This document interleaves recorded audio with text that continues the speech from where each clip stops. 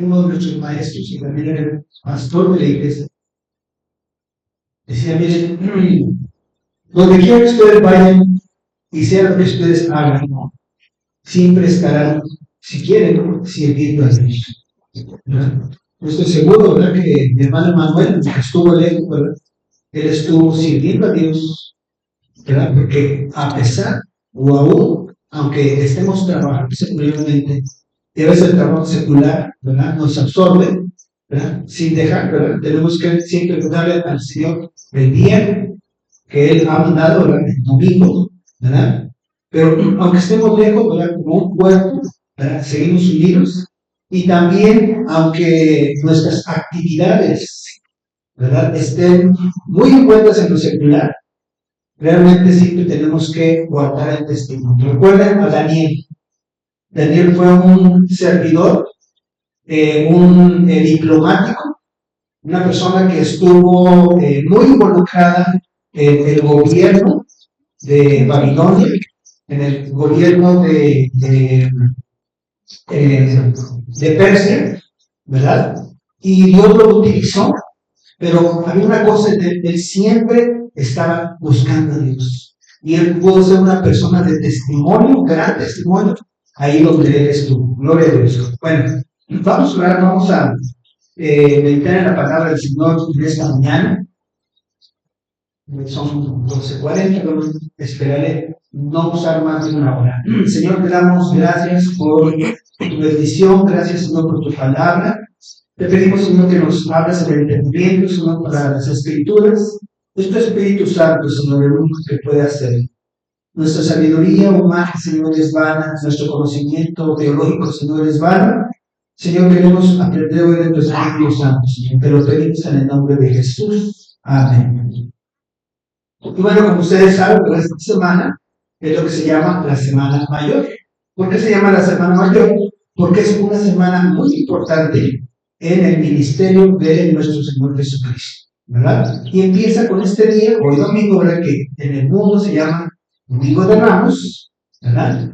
Pero bueno, pues vamos a revisar acontecimientos muy importantes que están en la Escritura de lo que sucedió en esta semana. Bueno, entonces yo lo he titulado La entrada triunfal a Jerusalén. Y bueno, antes de hablar de esta semana, quiero hacer una breve reseña de por qué era tan importante que nuestro Señor Jesucristo viniera a este mundo, ¿verdad? Tenemos como antecedente una nación cautiva. ¿Quién era esa nación cautiva? Es Israel, ¿verdad? Vamos a la siguiente. Israel era esa nación que estuvo cautiva. Como ustedes saben, la siguiente, ellos estuvieron sirviendo al Señor. Dios se les apareció, ¿verdad? Se le apareció a Moisés, lo rescató de la esclavitud, ¿verdad? Antes estuvo Abraham, ¿verdad?, que es el padre de la nación, ¿verdad? Y ellos siguieron, Dios los buscó, Dios se acercó a este pueblo, Dios escogió a este pueblo, y ellos por un buen tiempo trataron de seguir los mandamientos, la ley de Dios, ¿verdad? Hubo un tiempo en el cual se regocijaban, ¿verdad?, aunque en parte, ¿verdad?, la Escritura nos habla de que había rebelión en ellos. Sin embargo, hubo un tiempo en el cual ellos fueron fieles a Dios. Esto me recuerda cuando nosotros venimos a Cristo, somos tocados, ¿verdad?, y en ese tiempo sale o nace lo que se llama el primer amor, en el cual tú te das cuenta que hay un Dios real, un Dios verdadero, que no son las imágenes, que no es el rito, sino que hay alguien que realmente, y más bien, alguien que se preocupa por ti, que es verdadero, que es cielo, y que quiere mostrarnos un camino. Eso hizo nuestro Dios con Israel. Sin embargo, al igual que nos sucede a nosotros como seres humanos, ¿verdad?, Israel cayó en rebelión. Y por eso vino la destrucción.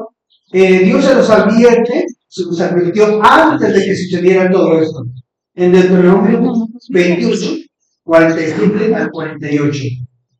Dice aquí, por cuanto no serviste a Jehová tu Dios con alegría y con gozo de corazón, por la abundancia de sus cosas, servirás por tanto a tus enemigos que enviare Jehová contra ti, con hambre y con sed, con desnudez y con falta de todas las cosas, y él pondrá yugo de hierro sobre tu cuello hasta destruirte. Primero Dios dice, se presenta tu vida, te muestra quién es él, te muestra el camino, tú realmente lo llegas a conocer y lo llegas a amar. Mira, así como lo hizo con el pueblo de Israel, ahí es como dice el Señor, ¿verdad? Yo te bendigo con abundancia de cosas. Pero ¿qué es lo que pasó con Israel? No fueron agradecidos, ¿verdad? Dios está diciendo, por cuanto no fuiste después de entonces sucederte esta situación. ¿Sabes la siguiente? Ellos no solamente fueron conquistados por los babilonios, ¿verdad? Después, por otras naciones, ¿verdad? Sino que ellos en ese momento fueron llevados a cautiverio. Lamentaciones 5, 1 a 3, el profeta Jeremías empieza a hacer un recuento de todas las tristezas, de todo lo que ellos habían perdido como producto de su rebelión. Nada más tomé estos 3 versículos, ¿verdad? Donde dice en Lamentaciones, acuérdate, oh Jehová, de lo que nos ha sucedido. Mira y ve nuestro oprobio o burla, nuestra heredad pasada a extraños, nuestras casas a forasteros. Vuélvanos sin padre, nuestras madres son como viudas. Después de haber tenido tanta bendición, después de haber tenido tanta oportunidad delante de Dios, lo perdieron todo. Dice, tenemos mamá, pero nuestra mamá es como si estuviera viuda. No hay consuelo, no hay alegría, no hay tristeza. Tenemos casas, pero esas casas ya no las habitamos nosotros. Teníamos viñedos, teníamos fruto en la tierra, teníamos huertos, pero ahora no podemos disponer de ellos porque ahora son de otras personas. ¿Verdad? Entonces, es terrible cuando nosotros no somos agradecidos y no somos conscientes de lo que Dios nos está dando para que lo disfrutemos. Pensamos muchas veces, como lo pensó Israel, esto nunca se va a acabar. Esto lo he logrado yo con mis fuerzas, ¿verdad? Y todo viene de la mano de Dios. Vamos a la siguiente. ¿Qué otras cosas padecieron ellos por causa de su rebelión? Dice en Isaías 59:11, reunimos como osos, todos nosotros, y gemimos lastimeramente como palomas. Esperamos justicia y no la hay, salvación y se alejó de nosotros. Fíjense, los babilonios, ¿verdad? En 2 deportaciones se llevaron a casi todo el pueblo. Una fue en el 605 antes de Cristo, ¿verdad? La otra en el 597. Y después viene el imperio medo-persa para sustituir la opresión babilónica. ¿Por qué? Porque los persas, ¿verdad?, conquistaron a los babilonios y naturalmente todos los pueblos que estaban sometidos a Babilonia pasaron a someterse a los. Después fueron sometidos por los griegos en el año 331 a 323. Después nuevamente por los egipcios. ¿De dónde nos sacó el Señor? De Egipto. Y nuevamente volvieron. Después los sirios en el 204 a 165 antes de Cristo, y en el tiempo del Nuevo Testamento, que es la opresión romana, ¿verdad?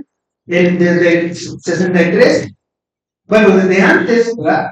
Desde el 63 antes de Cristo hasta el 70 después de Cristo. Entonces, ¿qué es lo que vemos? Que el pueblo repetidamente sufrió opresión. ¿Qué es estar oprimido? Que tienes que pagar un tributo. que no puedes ser libre, que hay tristeza en tu vida, que las cosas que tienes no son tuyas, todo lo debes, todo lo debes. Vamos a la siguiente. Sin embargo, Dios es bueno, Dios es grande en misericordia. Tú has fallado, yo he fallado, nos hemos apartado del Señor, pero ¿acaso Dios te ha abandonado? Su pueblo fue rebelde y padeció todas estas cosas, pero Dios no abandonó a su pueblo. Y por medio del profeta Zacarías trae un nuevo tiempo, como ahora el Señor está anunciando un nuevo tiempo para ti y para mí. Tenemos que aprovechar ese nuevo tiempo. Y Dios lo hizo de esta forma. Levantó a este profeta, ¿verdad? Zacarías, que era un sacerdote del templo, ¿verdad? Era un hombre ungido, dedicado. Estaba haciendo el rito de Moisés, sí, pero algo muy importante, el Espíritu de Dios estaba sobre él. Porque tú puedes hacer un rito, pero si el Espíritu de Dios no está sobre ti, tu rito es un rito muerto. Pero este hombre, Zacarías, era un hombre que estaba en la presencia de Dios. Y él trajo esta profecía, dice: bendito el Señor, Dios de Israel, que ha visitado y ha redimido a su pueblo, y nos levantó un poderoso Salvador en la casa de David su siervo, como habló por boca de sus hijos, que fueron desde el principio. Salvación de nuestros enemigos y de la mano de todos los que nos aborrecieron. Si recuerdan el pasaje que leímos hace un momento, decían en la cautividad, la salvación se fue. Ya no hay quien nos salve. Estamos completamente a merced de todo. No hay esperanza para nosotros. Y después viene el Señor y dice: yo les envío un Salvador. Yo les envío un Salvador para que nuevamente los rescaten. Nos levantó un poder en la casa de David, como habló. Sí, ¿por qué? Porque de David a David se le prometió, rey David, se le juró, ¿verdad? De ti voy a levantar, ¿verdad? Un rey. Y su reino va a ser eterno. De tu simiente lo voy a hacer. ¿Sabes una cosa, hermano, hermana? Cuando Dios promete algo, te lo cumple. No es como nosotros, que decimos unas cosas y a veces nos desdecimos de lo que dijimos. No. Si Dios dijo algo, Él te lo va a cumplir. Vamos a la siguiente. Entonces, yendo a los eventos de esta semana, ¿verdad? Primeramente el Señor ordena que se hagan preparativos para un festejo muy importante que se hacía en Jerusalén. ¿Cuál es ese festejo? La Pascua, ¿verdad? ¿Qué es lo que se celebraba en la Pascua? La salida de Egipto, precisamente, ¿verdad? Ellos estuvieron cautivos, sufrieron, padecieron mucho. Sin embargo, Dios les envió un libertador, Moisés, que es un tipo de Jesús, que viene, ¿verdad? Tiene una revelación, tiene un encuentro, Dios lo dota, le da un llamado, Dios lo dota con poder, y a través de milagros, a través de Aarón y de Moisés, Dios rescata a este pueblo. Bueno, estaban celebrando entonces la Pascua, en la cual se sacrificaba un cordero en memoria de lo que sucedió en aquel entonces, el cordero pascual, así se llama. Y ese cordero lo que hacía es que, bueno, lo sacrificaban y su sangre se ponía en los dinteles y en los postes de la casa. Entonces, con esto, cuando pasó el ángel de la muerte, se hizo diferencia entre lo que era pueblo de Dios y lo que eran los egipcios. Hubo un muerto, el primogénito de cada familia, de todos aquellos que no creyeron, ¿verdad? Murió el primogénito como una demostración de que de nuestro Dios es la vida y la muerte. Mucha gente da culto a la muerte, ¿verdad? Pero realmente la vida está en manos de Dios, no está en manos del espíritu de muerte. Y entonces el Señor en esta Pascua da una orden a sus discípulos y dice: Vayan a la aldea que está enfrente de vosotros, y luego que entréis en ella, hallaréis un pollino atado en el cual ningún hombre ha montado. Desatadlo y traedlo. Y si alguien os dijere, ¿por qué hacéis esto? Decid que el Señor lo necesita y que luego lo devolverá. Marcos 11, 2 al 3. ¿Verdad? Entonces los discípulos efectivamente hicieron esto y les preguntaron, oye, ¿a dónde vas con el burrito, verdad? Y ellos dijeron, el Señor lo necesita y lo va a devolver. Vamos a la siguiente.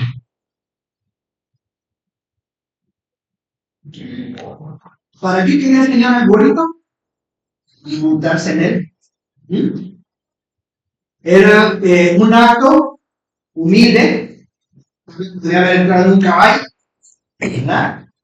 Pero también fíjense que era costumbre de los judeos, ¿verdad? De montar burras, ¿verdad? Los reyes muchas veces montaban burritas o burritos, ¿verdad? No era un animalito despreciable como ahora, ¿verdad? Cuando quiero ofender a alguien, ¡ay, es un burro! ¿Verdad? Pobre burro, ¿verdad? ¿Qué culpa tiene, verdad? De que uno no sea tan listo, ¿verdad? Pero realmente el deseo era que se cumpliera una profecía.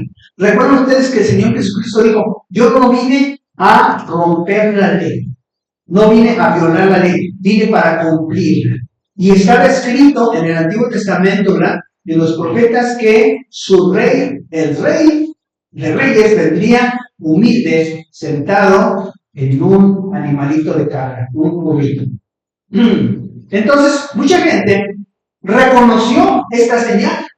Y cuando el Señor Jesucristo iba entrando a Jerusalén y venía en un burrito, ¿verdad? Ellos dijeron, Él es. Tal y como dijo el profeta, se está cumpliendo en este momento una profecía. Dice que muchos tendían sus manos por el camino y otros cortaban ramas de los árboles y las tendían por el camino. Y los que iban delante y los que venían detrás alababan voces diciendo, Hosana, bendito el que viene en el nombre del Señor. ¿Verdad? Eso significa Hosana, bendito el que viene en el nombre del Señor. Gloria a Dios. Vamos a la siguiente. En ese momento, cuando los niños entran a Jerusalén, toda la ciudad se conmueve, ¿verdad? Nuestro rey está en Jerusalén, en la Jerusalén celestial. Así como el rey David hizo de Jerusalén su morada, ¿verdad? Nuestro Señor Jesucristo estaba entrando en ese momento, simbólicamente, tomar posesión de su heredad, que es Jerusalén. Unos esperaban, ¿verdad? ¿Por qué la ciudad se conmovió? Porque si ustedes leen la escritura, van a ver que fue una gran, no revuelta, sino más bien toda la gente dice, ¿qué está pasando? Se escucha un ruido, ¿qué está sucediendo? Es que está llegando el Mesías, está entrando Jesucristo. Unos esperaban un rey libertador que organizaba una rebelión contra el yugo. ¿Por qué? A nuestro Señor Jesucristo también muchas personas lo veían como un caudillo. De hecho, dice la escritura que en una ocasión se juntaron y lo querían ya hacer rey. Y entonces, ¿qué hizo el Señor Jesucristo? Se escapó. ¿Por qué? Porque no era el momento en el que lo proclamaran como un rey mundano, porque él tenía un propósito mucho más elevado que ser un rey en ese momento.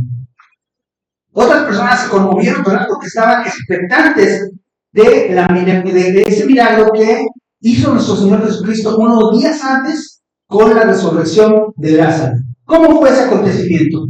Bueno, Betania no estaba lejos, estaba cerca. Recuerden ustedes que su amigo Lázaro cayó enfermo y nuestro Señor Jesucristo se retrasó todavía 3-4 días porque le mandó a decir, porque ¿verdad? Necesitamos ahora. El Señor se tardó todavía. Llega y pues ya lo encontró bien frío, ¿verdad? Ya se estaba en la tumba, ¿verdad? Y entonces sus hermanas estaban totalmente desconsoladas. Marta y María decían, Señor, si hubieras estado, no hubiera muerto. ¿Verdad? Y el Señor Jesucristo le dijo, no te digo, ¿verdad?, que si crees, verás la gloria de Dios. Y el Señor Jesucristo, ¿verdad?, está todo llorando, ¿verdad? Y entonces, delante de su tumba, ¿verdad? Dice, quiten la piedra. Oye, pero ya apesta, ya tiene gusanos, tiene 3 días. En aquella zona, ¿verdad? En el Mediterráneo, pues hace calor. Yo creo que un poco más de calor de lo que experimentamos aquí, entonces todo se descompone rápidamente. Era ilógico lo que el Señor Jesucristo estaba diciendo en ese momento. Sin embargo, obedecieron. Quitaron la piedra y entonces el Señor Jesucristo dijo, Lázaro, ven fuera. Y el que estaba muerto, resucitó. Y toda la gente que se había reunido, porque ellos eran una familia importante, los que se habían reunido quedaron asombrados. Muchos creyeron en Jesús, pero muchos otros dijeron, ahí está. Ahora, ¿cómo le vamos a hacer? Porque ya hizo otro milagro. Un milagro que Dios haga en algún lugar o en tu vida puede ser que te edifique o puede ser que sea un tropiezo para ti. Todo depende de tu corazón. ¿Cómo lo estás tomando? Puede ser que Dios esté bendiciendo, pero a lo mejor esa bendición no va a ser bendición para ti porque tu corazón no es bueno. Así es que imagínense, Cristo Jesús hace un milagro, resucita un hombre y muchas personas creen y por eso hubo una gran multitud también que fue a Jerusalén porque querían verlo. Pero otros dijeron, pues tenemos que hacer algo, tenemos que acabar con nos va a quitar el negocio. ¿Verdad? Algunos, por reconocimiento de la profecía, ¿verdad?, sobre ese rey justo, salvador y humilde, me puedo poner Zacarías 9:9, no lo puse aquí, ¿verdad?, para leerlo literalmente. ¿Verdad?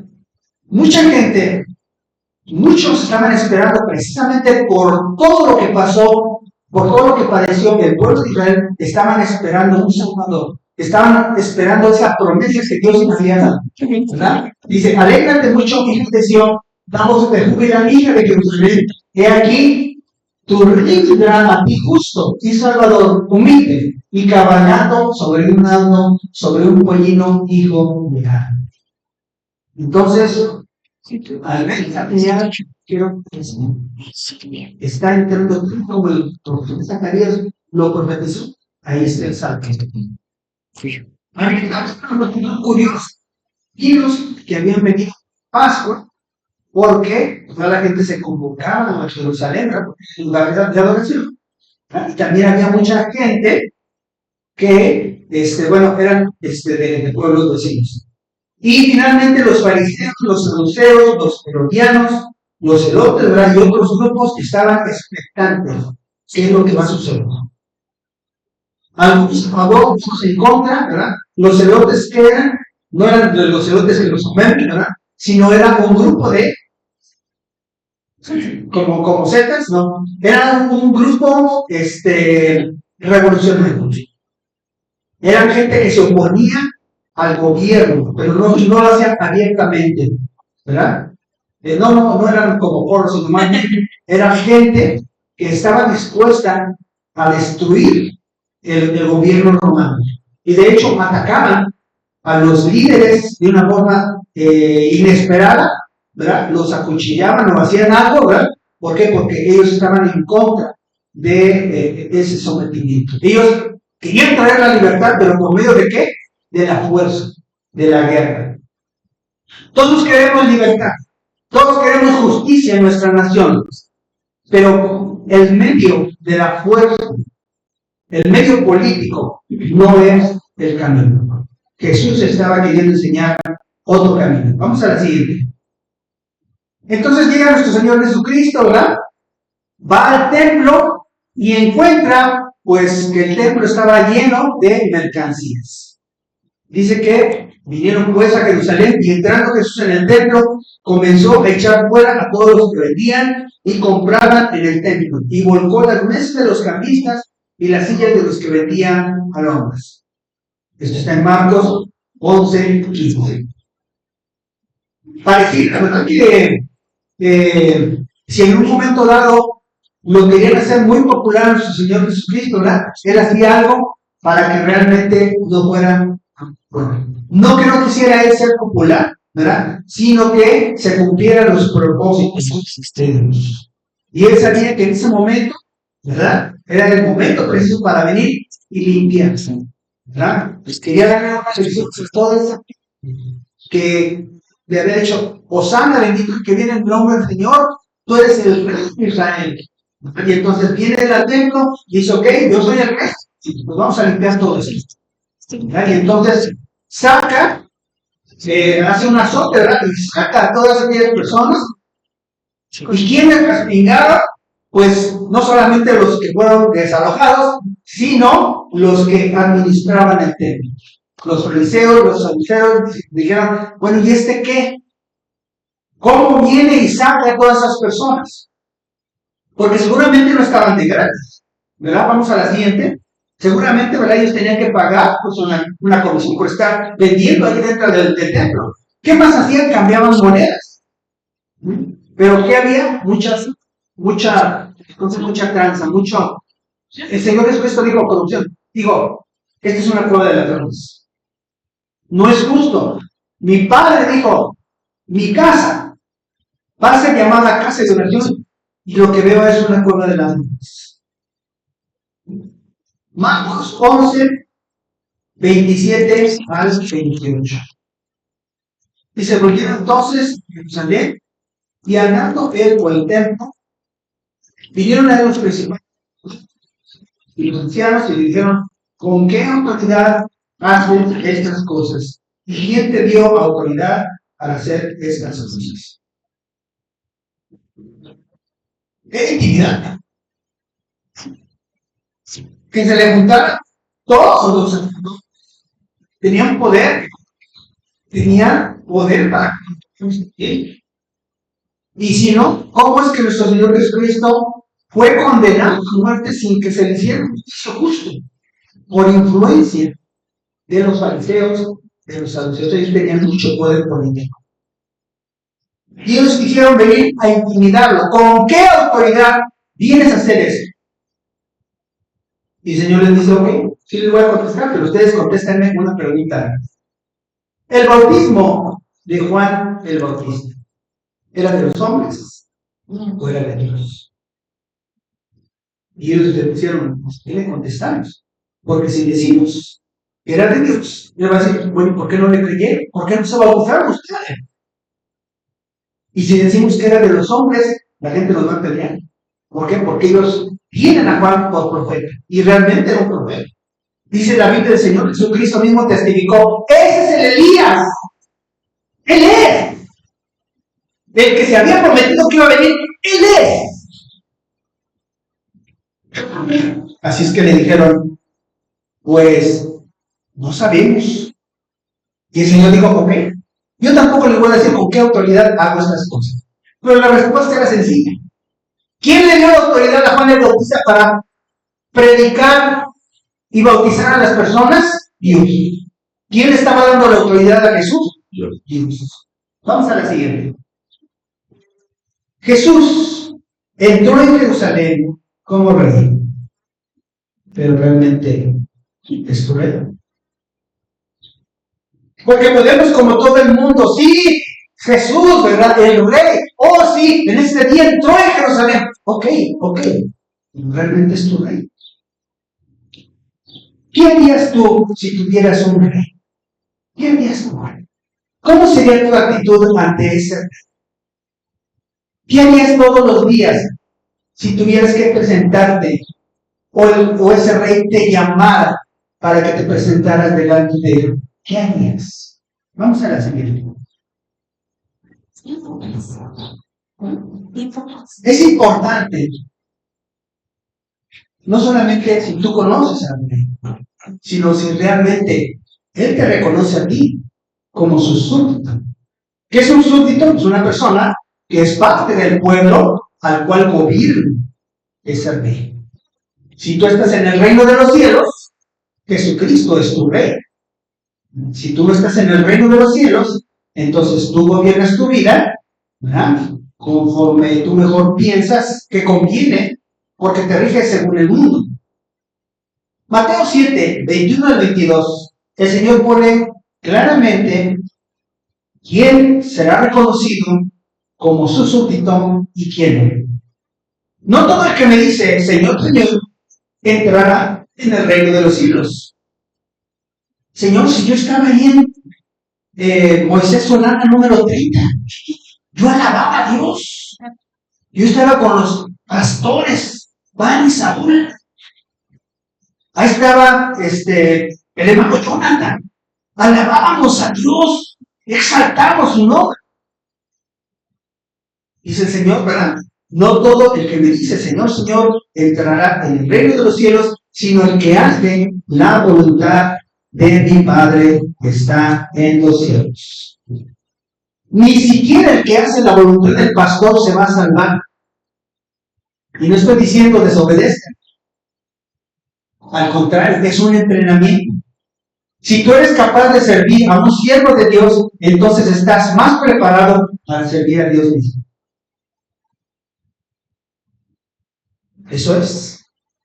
Si tú te fijas en la Escritura, las personas que fueron levantadas como sucesores de grandes siervos de Dios, ¿qué fueron antes? Sus sirvientes. Así es que, dijo el Señor Jesucristo,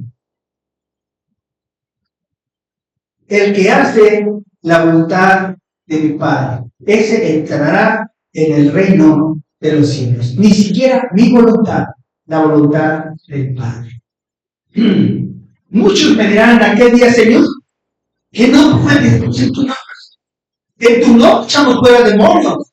En tu nombre hicimos muchos milagros. ¿Qué es lo que está hablándonos el Señor? El Señor está hablando, te voy a ungir. Te voy a levantar con mi poder y tú vas a obrar milagros. Pero ¿qué más dijo el Señor? No te llenes de orgullo. Prepara tu corazón para que cuando llegue ese momento no te llenes de orgullo. Ah, es que Dios ya me usa para sanar. Ah, es que Dios ya me usa para profetizar. Ah, es que Dios ya me usa para liberar. Ah, es que Dios ya soy ese gran siervo. El gran siervo, ¿verdad? Es el que también bailaba los bailes. Ese es un gran siervo.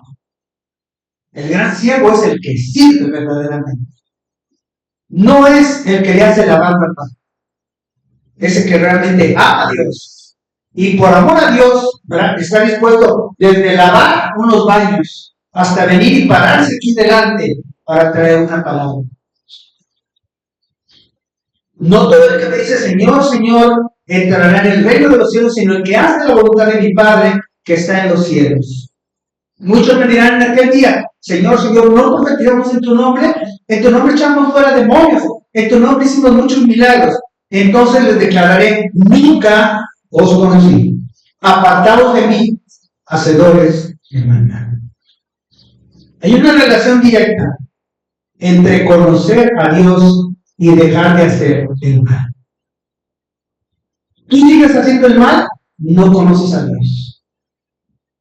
Porque el que conoce a Dios, deja de hacer el mal.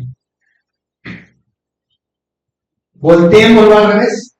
¿Tú quieres dejar de hacer el mal? Acércate a Dios. Conoce a Dios. Ve cómo su verdad es una verdad verdadera.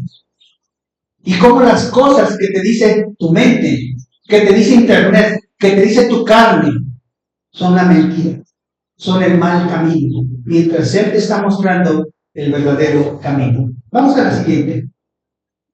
¿Sabes tú quién es Él? Juan 1:3 dice, en el principio era el verbo era con Dios y el verbo era con Dios. Todas las cosas por Él fueron hechas y sin Él, nada de lo que ha sido hecho fue hecho. Él es el Salvador. Él es el Creador. Nos debemos a Dios por 3 motivos. Él te creó. Y cuando alguien crea algo, ¿verdad? Supongamos que yo creé esta pila. Esta pila es que yo la hice por creación. Segunda, ¿verdad? Somos de Él porque Él nos compró con su sangre preciosa.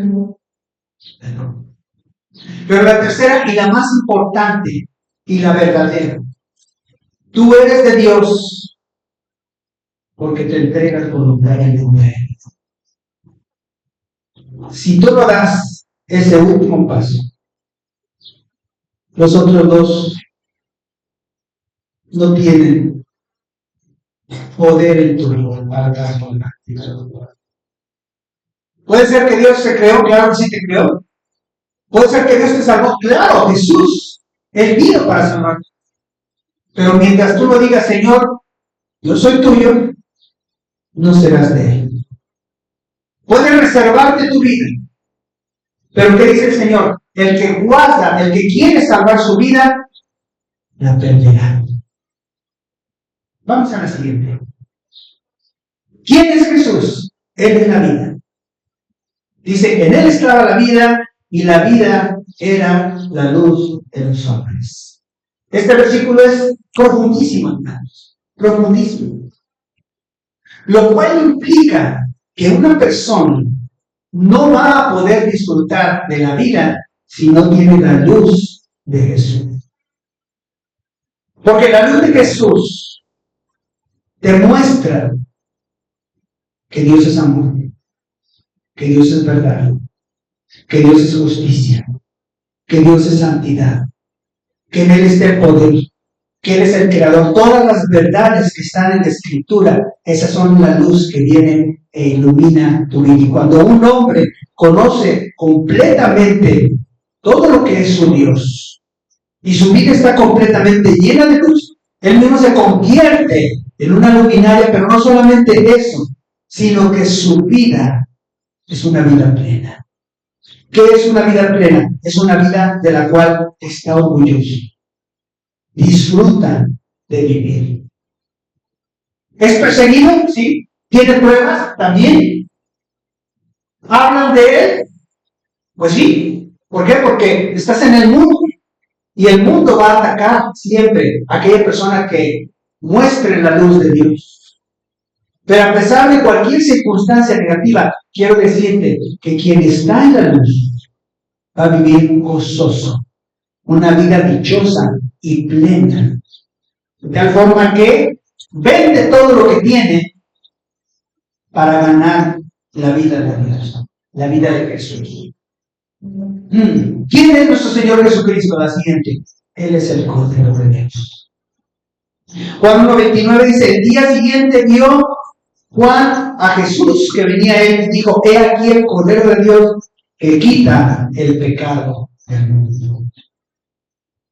Qué maravillosas palabras. Miren, les estoy mostrando de ese del cual yo hablé que iba a traer, ¿verdad? Iba a bautizar con el Espíritu Santo. Él es el Cordero de Dios. Porque en el Antiguo Testamento, para que la persona fuera perdonada, ¿qué hacían? Llevaban un corderito. Y la persona ponía su mano, el pecador ponía su mano sobre la cabeza del cordero y el sacerdote degollaba en ese momento el cordero y la sangre era derramada. Y después ese cordero era puesto sobre el fuego. Lo preparaban y era puesto sobre el fuego como un holocausto y entonces el pecado era cubierto. Pero en Cristo Jesús los pecados no son cubiertos, son perdonados. Esa es la gran diferencia.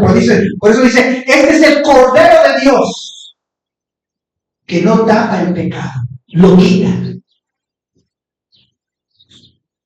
¿Qué es lo que te lleva a hacer las cosas malas? ¿Qué es lo que necesitamos tú y yo para dejar de pecar? El Cordero de Dios. Él quita el pecado del mundo. Y aquí le puse una imagen, ¿verdad? De un leproso. La lepra era una de las enfermedades más terribles que estaban azotando en aquel tiempo a la humanidad. ¿Qué pasa con la lepra? Es una bacteria que es fácilmente contagiable y la persona se le empieza a poner la piel blanca, se le mueve el tejido y se le empieza a caer la carne. Se empieza a morir en vida. Si hoy quisiéramos comparar la lepra con alguna enfermedad, ¿con cuál sería? El cáncer. Exactamente. Ese mal, ¿verdad? Que muchas veces es silencioso el cáncer, muchos casos, pero sin embargo es mortal en muchos casos. Y todavía no hay una cura, ¿verdad? Aunque mucha gente, bueno, con tratamientos, ¿verdad? Han logrado salir del cáncer, pero no hay una cura realmente efectiva. Que se diga al 100%, este medicamento, ¿verdad?, va a liberar a una persona de cáncer. Así es el pecado. El pecado es algo oculto que se aloja en el corazón y que puede ir creciendo como un tumor hasta el momento en el cual toma el control completo del cuerpo de la persona y esa persona muere. Y nuestro Señor Jesucristo vino a sanar también a los leprosos, hablándonos de que Él es el que quita el pecado. Mucha gente, ¿verdad?, dice, déjame orar por ti, ¿verdad?, pero de lejecitos porque no sé qué me va a enfermar. Pero ¿qué dice la palabra del Señor? Él venía intocable, aún a los leprosos. Y no tenía miedo de que, déjame, échame el bolito, ¿no? Porque ya agarré aquí un... No tenía miedo. Porque sabes una cosa, cuando tú estás en el poder del Señor, el poder fluye. No puede haber contaminación. Pero si tú estás contaminado, cuida, que te puedes contaminar. Hay gente, hay siervos de Dios que se han contaminado incluso con espíritus inmundos, porque no estaban viviendo realmente delante de Dios. Hay otros que enferman al visitar hospitales porque no estaban correctamente delante de Dios. Y no quiere decir que esa sea siempre la regla, porque puede ser que Dios tenga un propósito y diga, es el momento de recoger a mi siervo, ¿verdad?, y se lo lleva. Pero lo que quiero decirles es que en nuestro Señor Jesucristo hay poder para sanar toda lepra, todo pecado. Y Él está buscando que nosotros lleguemos a Él para ser sanados completamente. Siguiente, ¿cuál es su mensaje de nuestro Señor Jesucristo? El mensaje más importante que también Juan el Bautista empezó a predicar. Arrepentíos, porque el reino de los cielos se ha acercado. ¿Y qué significa este mensaje? En lo que tú me confías, eso se va a acabar. Porque yo estoy trayendo un reino con nuevas leyes, con nuevas reglas, y ese reino se va a imponer sobre todos los reinos y todos los dominios, todas las voluntades en este mundo. Y quien no esté alineado a ese reino va a ser desechado. Por eso dice, arrepiéntanse. ¿Cuál es el motivo? ¿Por qué tengo que arrepentirme? Porque no estás alineado en el reino de Dios. Y ese reino es un reino inminente, que inminentemente viene. Y ya está establecido, dice la palabra de Dios, el reino de Dios está entre vosotros, ¿verdad? Entonces, si yo no me arrepiento, ¿qué significa? Yo confío en los sistemas de este mundo, confío en los poderes de este mundo, pero todo eso es un piso falso que se va a caer. Todo eso va a ser destruido. Dijo el Señor, el cielo y la tierra pasarán, pero mis palabras. Así como el pueblo de Israel tenía su gobierno, ¿verdad?, tenía su rey, y tuvieron su máximo,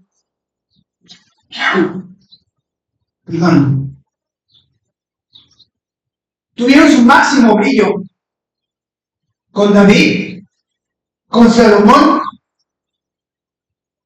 y fue un tiempo en el cual, ustedes vean en la escritura, ¿verdad?, dice que Salomón hizo que la plata fuera como piedras en la calle. Había una riqueza, había una opulencia tremenda. Pero lo mismo, cuando viene abundancia y nuestro corazón no está con Dios, ¿qué es lo que va a suceder? Nos vamos a llenar de orgullo, de soberbia. ¿Y qué pasó? El Señor trajo una nación para que conquistara a Israel. Y toda esa gloria desapareció en unos cuantos años. Toda esa opulencia, toda esa riqueza La reina de Saba, ¿no? Vino desde lejos, y muchos reyes vinieron para ver a Salomón y su sabiduría. ¿Y qué dijo la reina de Saba? No es nada lo que me dijeron acerca de ti. O sea, lo que tiene, lo que Dios te ha dado es maravilloso, es grandísimo. Pero solamente bastó unas cuantas generaciones de desobediencia para que todo eso se fuera. Dios trajo otro reino que vino a destruir el reino de Israel. Y es lo mismo que Dios nos está diciendo. Tú estás confiando en tu reinito hoy, pero ten cuidado, porque mi reino viene. Y mi reino será permanente. Vamos a la siguiente. La oportunidad que Dios nos da. Apocalipsis 3:20. He aquí yo estoy a la puerta y llamo, si alguno oye mi voz y abre la puerta, entraré a él, cenaré con él y él conmigo. ¿Qué cosa puede ser más importante a un hijo de Dios? ¿Qué cosa puede ser más importante, siervo de Dios? ¿Qué cosa puede ser más importante para un apóstol? ¿Qué cosa puede ser más importante, hermanos, que tener comunión con Cristo Jesús? Si Dios nos utiliza para hacer milagros, esa no es realmente nuestra gloria. Digo el Señor, no se maravillen, no se gocen de que los demonios se les sujetan. Mejor preocúpense que sus nombres estén escritos en el libro de la vida. Porque eso significa que entonces van a estar conmigo por siempre. Muchas veces decimos, Señor, yo quiero estar contigo, Señor, quiero para siempre, por la eternidad, vivir contigo. Pero no podemos dedicarle al día un tiempo para buscar. ¿Cómo puedo decir, yo quiero estar contigo si aquí en la tierra no me importa? Excepto el domingo, ¿verdad? Porque si no, me habla el pastor, oye, ¿por qué no has venido? Ay, el pastor, ya me está regañando el pastor. Hay un tesoro maravilloso que no hemos descubierto. Y es la comunión con Cristo Jesús. Disfrutar de su amor. Disfrutar de su presencia. Estar delante de Él. Decir, Señor, todo delante de ti. Vea a esos 24 ancianos. ¿Qué estaban haciendo? Estaban delante de la presencia del Señor. ¿Y qué hicieron? Se postraron y arrojaron sus coronas. ¿Por qué tenía coronas? Por todo lo que habían hecho. Habían hecho muchas cosas, hicieron muchas cosas para el Cordero. Recibieron honores. Fueron reconocidos en el cielo. Y esas coronas representaban esos trofeos, representaban esa obediencia, representaban esa entrega, ese servicio que ellos habían dado. ¿Y qué dijeron? Señor, tú eres el que lo mereces todo, Señor. Tú lo mereces todo, Señor. A nosotros no nos importan nuestras coronas. Lo que nos importa eres tú, Señor. Y qué gran privilegio ser de los 24 ancianos y estar postrado cerca, delante del Todopoderoso, el Cordero de Dios, del Salvador. Así es que, hermanos, el Señor nos hace esta invitación. Estoy llamando a tu vida. Yo quiero tener comunión contigo. Si tú me estás escuchando, ábreme la puerta, dice el Señor. Y entonces yo voy a entrar. Y voy a cenar contigo. y vamos a tener comunión, vamos a tener plática. Vas a conocerme profundamente. Vas a saber quién soy. Vas a saber mi corazón. Vas a saber cuánto te amo. Vas a saber todo lo que he planeado para tu vida. No hay satisfacción más grande que conocer a Jesucristo profundamente. Verlo en su gloria. Conocer la belleza de Jesús y no solamente la belleza que podemos percibir en nuestros ojos. ¿Verdad? Porque cuando estemos delante de Él, su resplandor va a ser maravilloso. Sus ojos, dice la palabra, según lo vio Juan, son como llama de fuego. Sus vestiduras son blancas. Pero más allá de lo que podemos percibir, ya sea con nuestros ojos o con nuestro espíritu, la belleza de Jesús, su gran amor, su gran misericordia.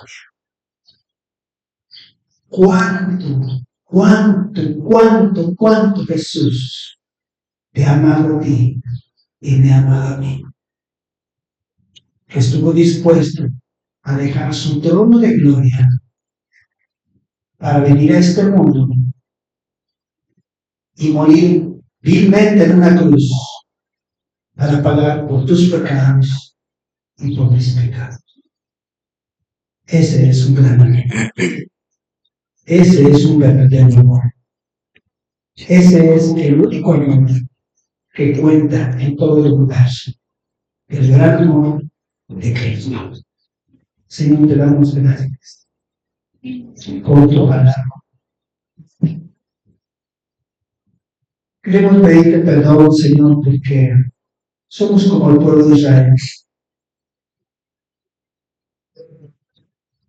que en cuanto vemos prosperidad, en cuanto vemos bendición, empezamos a apartarnos de ti, Señor.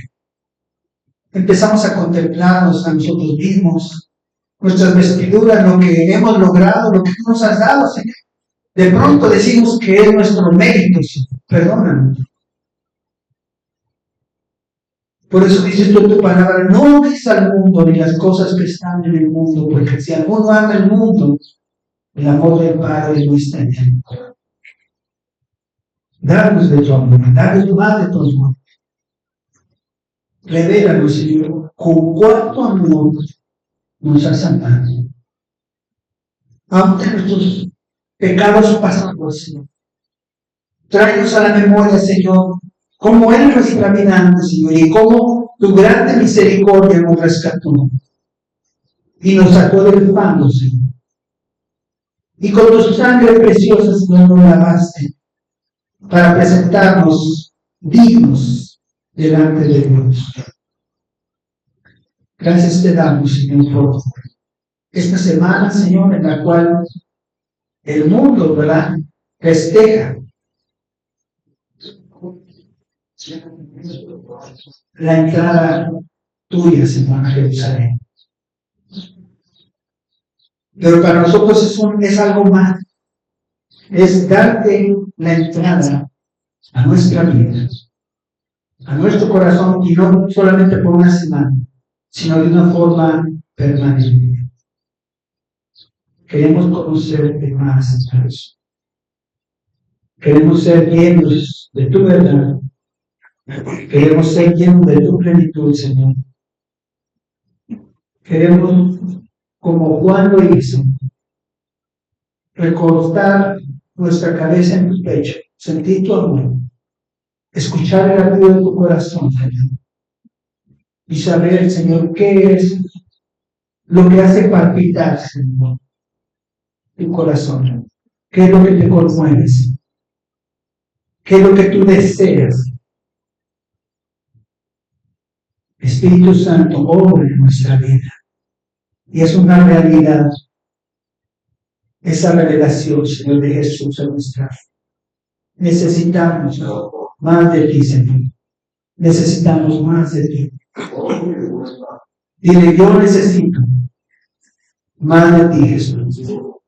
No necesito una casa, no necesito un coche, no necesito dinero. Yo te necesito a ti, Señor. Señor, te damos gracias por tu palabra. Y oramos, Señor, en el nombre de Jesús, de tu Padre, de tu Espíritu Santo. Amén. En un aplauso, Señor.